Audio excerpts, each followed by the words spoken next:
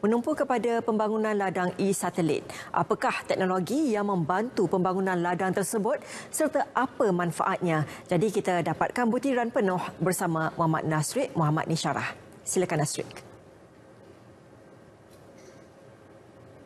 Terima kasih. Pertubuhan Peladang Kawasan PPK Selama bakal menjadi kawasan pertama di negeri ini melaksanakan projek rintis ladang e-satelit secara tanaman pintar tahun hadapan. Menggunakan teknologi digital dikenali sebagai Internet of Things (IoT), projek tersebut dijalankan dengan peruntukan RM200,000 yang diterima melalui pakej rangsangan ekonomi prihatin rakyat. Ketua Pengarah Lembaga Pertubuhan Peladang, Azulita Salim berkata, teknologi tersebut dapat menjimatkan masa, tenaga dan mengeluarkan hasil yang lebih baik. Ia sekaligus menarik minat golongan petani muda. Dia tidak seharusnya duduk 24 jam duduk di ladang. Mereka boleh mengetahui keadaan ladang dengan hanya menggunakan sistem telefon saja. Dan dia boleh tahu bila air cukup, bila nak meracun, keadaan cuaca, panas ke hujan. Ini semua boleh diketahui melalui penggunaan smart farming. Beliau melawat tapak cadangan projek ladang e-satelit di Kampung Damak Selama. Kampung Damak dipilih untuk melaksanakan projek berkenaan selepas modul tersebut berjaya dilaksana di PPK Kuala Langat, Selangor.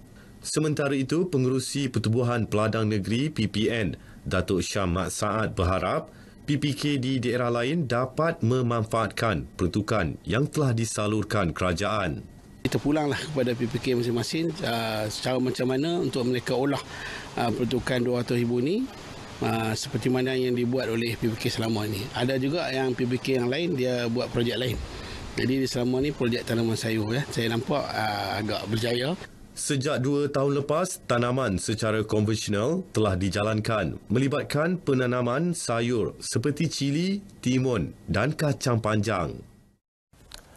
Bertemakan tautan sepakat membantu rakyat. Sehingga kini, Kementerian Pembangunan Wanita, Keluarga dan Masyarakat telah menganjurkan 152 sesi kembara prihatin negara.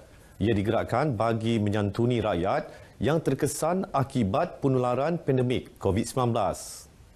Antara aktiviti dijalankan termasuk pembukaan kaunter perkhidmatan dan aduan pelanggan serta penyerahan bakul makanan.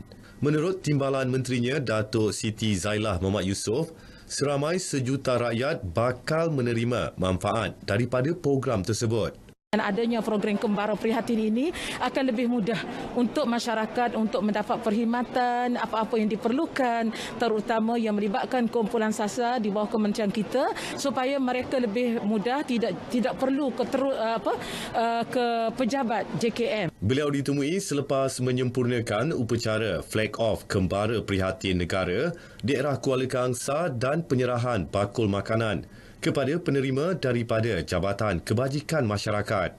Anggap okey orang balik sini, anggap nasi makanan lah. Terima kasih lah. Ada makan, ada wang angkat lah. Bajikan ada bagi bantuan sama saya punya anak. Terima kasih sama bajikan, sama datuk-datuk semua. Terima kasih banyak. Seramai 65 bekas banduan penjara tapah dibantu untuk mendapatkan pekerjaan menerusi program I Kembali yang digerakkan Pertubuhan Rakan Gulam Kembali Pergak. Ibarat peluang kedua, program tersebut bertujuan memberi kerjaya dan penempatan kepada bekas banduan sebaik dibebaskan daripada penjara. Pengerusinya Datuk Seri Siti Murni Sheikh Ahmad berkata, sejak dilancarkan pada Jun lalu, seramai 385 bekas banduan telah menyertai program tersebut dan memperoleh pekerjaan. Antara sektor terlibat termasuk bidang perladangan, perkhidmatan dan pembinaan. Alhamdulillah, pihak banyak feedback yang baik daripada majikan yang beri sokongan dan dorongan dan penerimaan, dan ada juga majikan yang rekomen kepada kawan-kawan yang lain. Inilah program yang kita nak jayakan untuk masyarakat yang memerlukan kerja. Seperti mana yang diwawarkan mereka menghadapi masalah stigma, diskriminasi dan sebagainya. Itu yang menyukarkan untuk mereka meneruskan kehidupan. Tapi dengan adanya pertubuhan Rakam Gulam kembali ini insya-Allah akan memberi harapan baru kepada mereka. Bagi bekas banduan, peluang diberi akan digunakan sebaik mungkin untuk memperbaiki diri dan kembali kepada masyarakat.